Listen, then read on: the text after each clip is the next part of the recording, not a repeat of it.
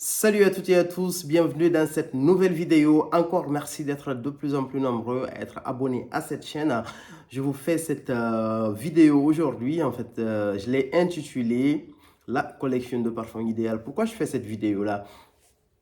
Aujourd'hui, je suis venu à la conclusion en 2022. En fait, j'ai catégorisé les consommateurs de parfums en trois catégories. Il y a la première catégorie de personnes, c'est la plus nombreuse, c'est monsieur et madame tout le monde qui vont dans les grandes parfumeries, Sephora, Nocibé ou dans les duty free, peu importe le canal de diffusion. Ils vont se prendre un parfum qui leur plaît, un parfum qu'ils aiment.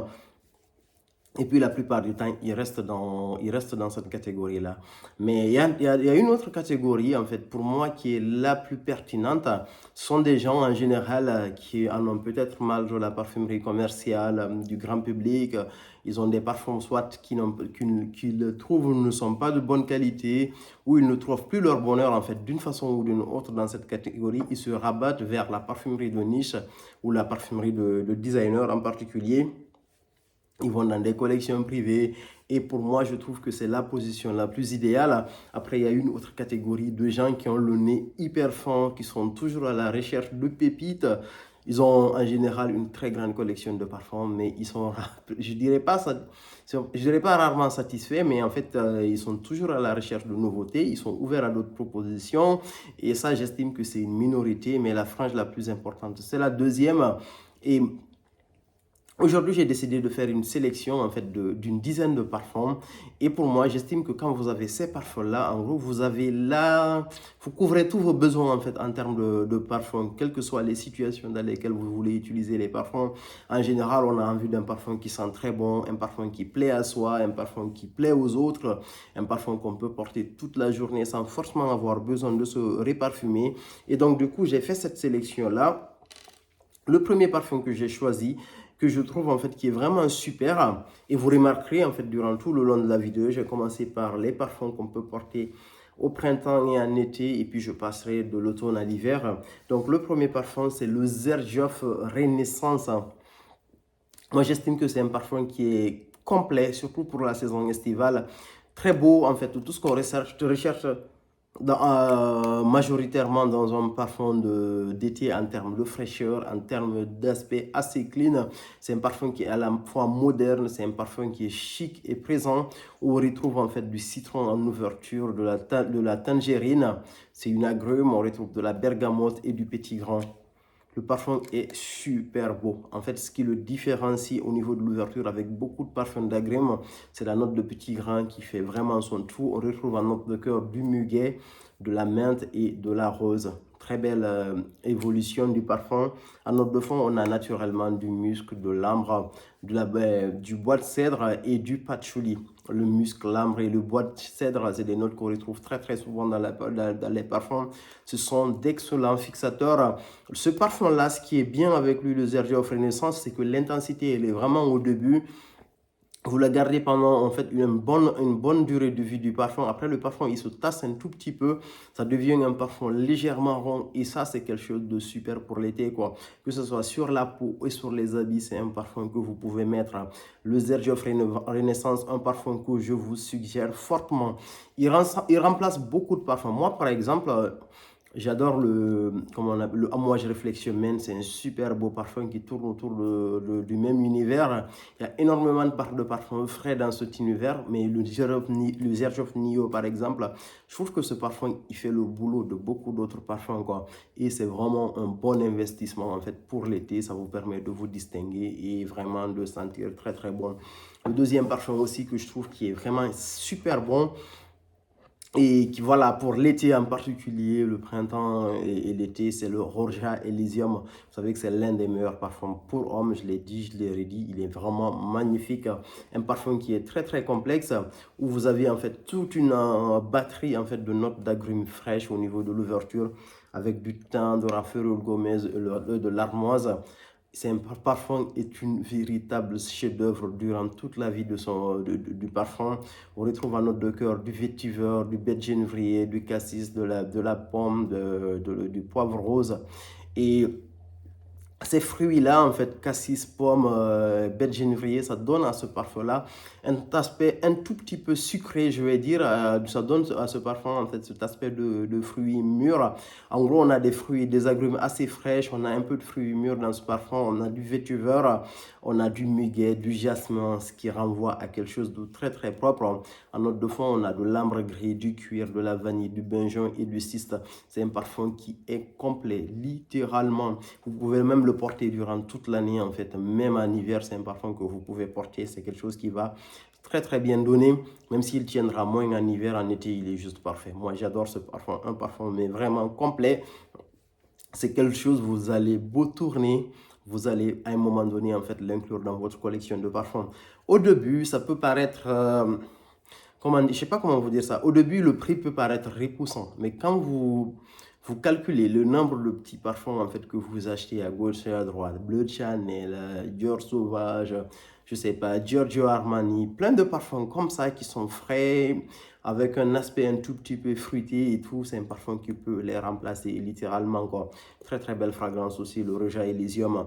Un troisième parfum que j'affectionne particulièrement, c'est un parfum en fait où j'ai, au-delà même de l'aspect sentimental, au-delà même du fait que j'ai toute une histoire avec ce parfum.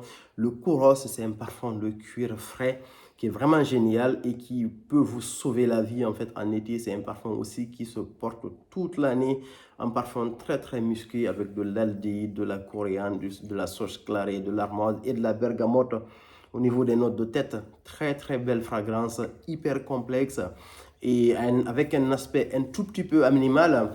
Donc c'est un parfum qui est assez puissant, mais la puissance du parfum est domptée. Ça peut être une bonne chose comme ça peut être une mauvaise chose. Tout dépend de comment vous voyez le parfum. Mais je trouve que c'est un parfum maintenant qui est parfaitement qui est occidentalisé, mais pas parfaitement, parce que ça reste quand même un parfum de caractère. Au niveau des notes, vous avez en fait un aspect un peu poudré au niveau des notes de cœur avec une partie de racine d'iris et de jasmin. Au niveau des notes de fond, on a de la civette qui est une note animale, on a du miel, du cuir, du musc, de la mousse de chêne, de l'ambre, de la fève de tonka et de la vanille. Un parfum aussi très très complexe. Vous remarquerez que les trois parfums que j'ai cités sont assez complexes. Le Roja et le Kouros en particulier, c'est vraiment une super belle fragrance. C'est un parfum aussi qui peut faire un peu old school en gros, qui renvoie vraiment à toute la vibes de parfums qui sont venus avant les années 2000. Super belle fragrance que je vous conseille vivement. Il a été créé par Pierre Bourdon. Très très beau parfum. Franchement, c'est un parfum qui traverse le temps et qui va continuer à traverser le temps. Et un autre parfum qui est plutôt moderne, qui est sorti qui est récent par rapport à ce dont je viens de lister. C'est un parfum de Marc-Antoine Barrois. Il est sorti en 2019. Pour moi, c'est l'une des sorties les plus ambitieuses. C'est l'une des sorties les plus originales en fait de ces dernières années. C'est le Ganymède de Marc-Antoine Barrois. Une très très belle fragrance, franchement, avec des notes minérales, des feuilles de violette, du daim, de l'immortel, du safran, de la mandarine, du bois, de l'osmanthus de Chine. Un parfum mais atypique, un parfum que vous ne sentirez nulle part. Et je pense que c'est un parfum qui vaut le coup, en fait, qu'on l'insère dans une collection et surtout dans une petite collection et dans une collection optimale où c'est pas quelqu'un qui achète pour acheter seulement, c'est juste quelqu'un qui a vraiment une collection qui est très très bien. Limite une collection qui peut tourner dans 2 semaines au grand max, quoi, je vais dire. Et le Ganymède, c'est un parfum qui est très très original que je vous recommande très très vivement, quoi. Essayez de le sentir. C'est une superbe expérience de parfumerie et pour vous et pour les gens qui sont autour de vous. Et puis ça fait de vous quelqu'un qui a une véritable culture olfactive en fait. Quelqu'un qui sait c'est quoi un parfum qui sent bon. Très très belle fragrance que je vous conseille aussi dans le cadre d'une collection réduite et même pour ceux qui ont une très très grande collection de parfums et qui ont envie de revenir à l'essentiel, ça fait partie des parfums qu'on doit garder dans sa collection. Et le cinquième parfum, est-ce que j'ai pas dit, ce parfum il se porte également toute l'année, de l'été à l'hiver, c'est vraiment une super belle fragrance quoi. Mais bon, moi je vous conseille de le porter de printemps, été, automne en fait. Voilà, en hiver, essayez de moins le porter parce qu'il y a des parfums qui font mieux le boulot en hiver. Après, un autre parfum que je trouve mais vraiment très beau. Quelle que soit la collection qu'on a, on a toujours envie d'avoir un très beau parfum de cuir qui ressent vraiment le cuir, où le cuir s'impose réellement. Et le parfum, c'est un parfum qui est, j'ai fait une revue complète, c'est un parfum de Pierre Montal. C'est le Audleta de la maison Montal. C'est le seul parfum Montal que je vais citer dans cette sélection. Vous savez que je suis un très grand fan de Montal et de Mancera. J'en ai toute une flopée. Mais j'estime que le Audleta, c'est un parfum de très très beau parfum de cuir que vous devez avoir dans votre collection où on a du cuir, du safran, du oud, de la bergamote, de la cardamome, de l'ambre gris et du poivre. Un parfum qui est vraiment génialissime. Il est avec une forte ressemblance au Ombrelletta, au Tuscanletta de la maison Tromford. Très très beau parfum qui se porte mais vraiment toute l'année. En été, pour le public occidental, je ne le conseille pas trop, mais pour les gens qui ont déjà vécu au Moyen-Orient, dans toute l'Afrique du Nord au sud de l'Afrique, franchement, c'est un parfum qui va vraiment pas du tout vous... C'est un parfum qui est très acceptable, quoi, en fait, en général. Moi, je le porte toute l'année. Le cuir est très, très présent et vous pouvez même l'utiliser en base. Parce qu'en général, un parfum qui a du cuir, c'est un parfum qui va déjà de un tenir, c'est un parfum qui va avoir du caractère et c'est un parfum, en fait, qui va avoir vraiment un très, très beau rendu et celui-là, il est magnifique. Quelles que soient les notes que vous avez dans ce parfum, si vous avez un autre parfum qui contient ces notes, vous pouvez rapidement le mélanger avec celui-là. Moi, je préfère en fait rajouter des notes fraîches ou fruitées avec le Montal Audleta qui est vraiment très très beau. Le prochain parfum, en fait, ça rentre dans l'aspect oud rose. Vous savez que j'adore le oud, j'adore la rose en particulier, excusez-moi. C'est plus... même pas, excusez-moi, en fait, en sa rose, je vais dire, j'adore la rose en particulier. Et ce parfum, c'est le Portraits of Lady, où on retrouve plus de, dans une bouteille de 100 ml. D'après une interview que je lisais, que je regardais de Frédéric Malle, donc vous avez plus de 400 roses dans une bouteille de 100 ml. Donc c'est un parfum avec une forte concentration de rose qui vient en note de tête, mais qui va quand même poursuivre durant toute la vie du parfum. Clou de girofle, après, vous savez, le clou de girofle, c'est une note qui s'impose très bien. Moi, j'adore le clou de girofle. Même en termes de cuisine, moi, j'ai tout dans cette épice chez moi. Et c'est vraiment une épice, je l'aime bien, même en état naturel. On a de la framboise, du cassis et de la cannelle. Très belle fragrance à l'ouverture. En note de cœur, on a du patchouli, de l'encens et du bois de santal. Au niveau des notes de fond, on retrouve du musc, du benjoin et de l'ambre. Un parfum qui est vraiment magnifique. Moi, je suis à un tiers de la bouteille. En fait, elle est plus... En fait, j'ai eu ce parfum il y a quelques mois, 2-3 mois à peu près. Mais regardez là où il y a la bouteille. Peut-être que vous voyez le niveau du parfum. C'est un parfum que j'ai littéralement saigné. Et je pense que quand cette bouteille va être vide, je vais m'offrir une belle bouteille dans le plus grand format. Je pense que c'est le 100 millilitres. Portraits of Lady, super belle fragrance en fait dans une collection. Ça peut remplacer énormément de parfums qui tournent autour de la rose et c'est un parfum, vous pouvez le mélanger avec du oud aussi. Si vous avez un parfum avec du oud qui est assez fort, vous pouvez rajouter ça, ça vous fait un beau oud rose. Portraits of Lady de la maison Frédéric Malle. Et un autre parfum, c'est vraiment ce parfum-là. J'ai longtemps fait le tour. En gros, j'étais pas prêt pour ce parfum, mais au final, je me suis résolu à le prendre. C'est un parfum qui s'appelle Ombre Nomade de la maison Louis Vuitton. Pour moi, c'est le best-seller de la maison déjà. Pour moi, c'est le plus beau parfum en fait de tous les parfums Louis Vuitton. Franchement, je les ai tous sentis. J'ai mis mon nez sur tous les parfums que Louis Vuitton propose aujourd'hui sur le marché. Ça, c'est vraiment une pépite. Un magnifique oud, le Louis Vuitton Ombre Nomade, il est génialissime, quoi. Je vous ferai une revue complète du parfum. En fait, c'est un parfum, il y en a qui disent que c'est un parfum qu'il se porte uniquement en fait en automne et en hiver. Pour moi, c'est un parfum qui se porte toute l'année sans aucune exception. Même pour le public occidental, en fait, je ne le recommanderais pas en été parce que voilà, les gens sont matrixés, sont habitués au parfum frais. Mais le oud dans ce parfum, c'est un oud qui est plutôt sec. En général, le oud, c'est une note qui est sec, sèche, pardon, c'est une note sec, c'est sec en fait le oud. Et ça se porte en général pendant toute l'année. C'est pas un bois qui... c'est pas un bois étouffant, c'est un bois vraiment qui s'adapte super bien. Et l'ombre nomade, c'est un parfum que vous pouvez porter toute l'année. C'est un parfum d'occasion, c'est spécial. C'est un parfum qui peut être un parfum de tous les jours si vous êtes quelqu'un qui vous assume, si vous êtes quelqu'un qui n'a pas peur en gros d'imposer son parfum, je vais dire quoi.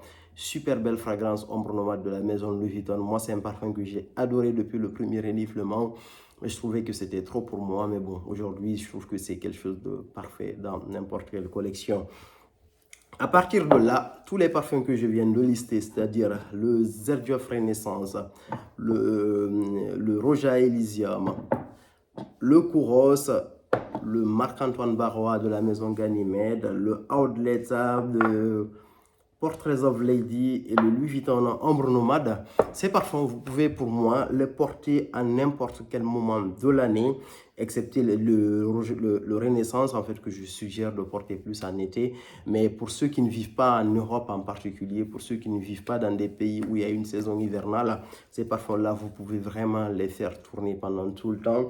Après, les 4 autres, c'est des parfums qui sont beaucoup plus hivernales à mon nez. Et dans cette sélection, en fait, j'ai choisi le Dior Tobacolor pour moi, qui est un excellent parfum de tabac. Très, très beau. Franchement, moi, j'ai aimé ce parfum. Et c'est un parfum que je vous recommande vivement. Dès qu'il est sorti, en fait, je l'ai pris. Vous avez des nuances de tabac, vous avez du miel, en fait, vous avez de la prune, des notes orientales et un tout petit peu, en fait, un fond d'agrumes. Ce parfum, très, très belle fragrance. Toute seule, elle est vraiment magnifique. Et moi, je trouve qu'il a un meilleur rendu en hiver et un peu en automne. Très, très beau parfum. Après, l'autre parfum que j'adore, c'est un parfum qui est vraiment... En hiver, c'est un parfum qui va vous donner quelque chose d'extraordinaire. C'est un parfum qui tourne principalement autour de l'ambre. En fait, pour moi, la note la plus déterminante, c'est l'ambre, le patchouli. En fait, on a des feuilles de violette en ouverture, de la coriandre, de la pomme. C'est vraiment quelque chose de super beau. On a de la rose, du poivre noir, du muguet au niveau des notes de cœur. En note de fond, on a du patchouli, de l'ambre et puis du bourbon, en fait. Très épicé, un beau patchouli, en fait, un bel aspect ambré. C'est vraiment une super belle fragrance, le Yves Saint Laurent Tuxedo.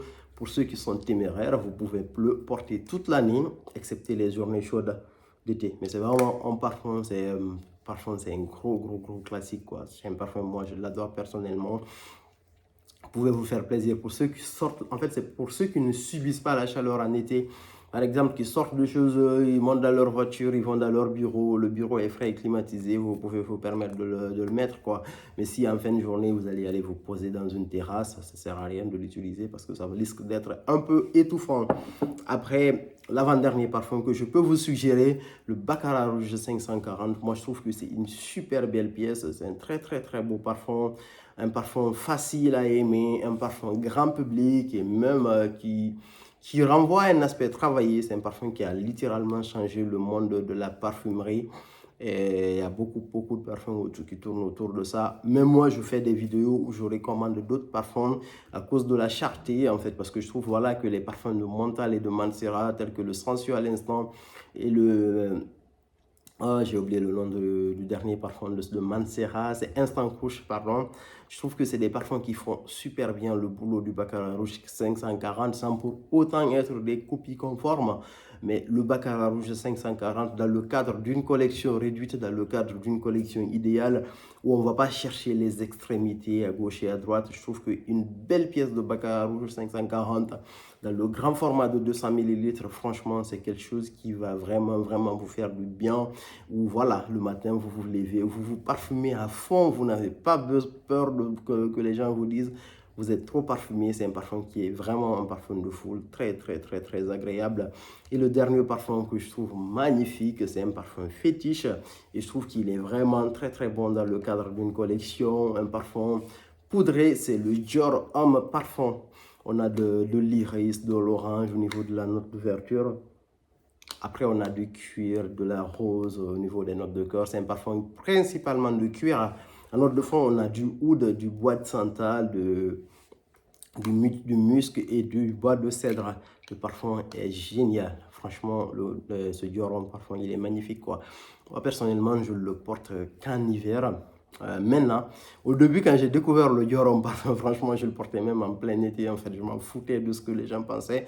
Mais maintenant, c'est un parfum que je porte plus en hiver parce que je trouve qu'il est vraiment magnifique. À partir du moment où il commence à faire 2-3 degrés jusqu'à moins, jusqu'aux températures négatives, c'est un parfum qui va vraiment être magnifique. Et dans le cadre d'une collection idéale, si vous avez ces parfums, franchement, je trouve que vous n'avez pas besoin d'autres choses en particulier.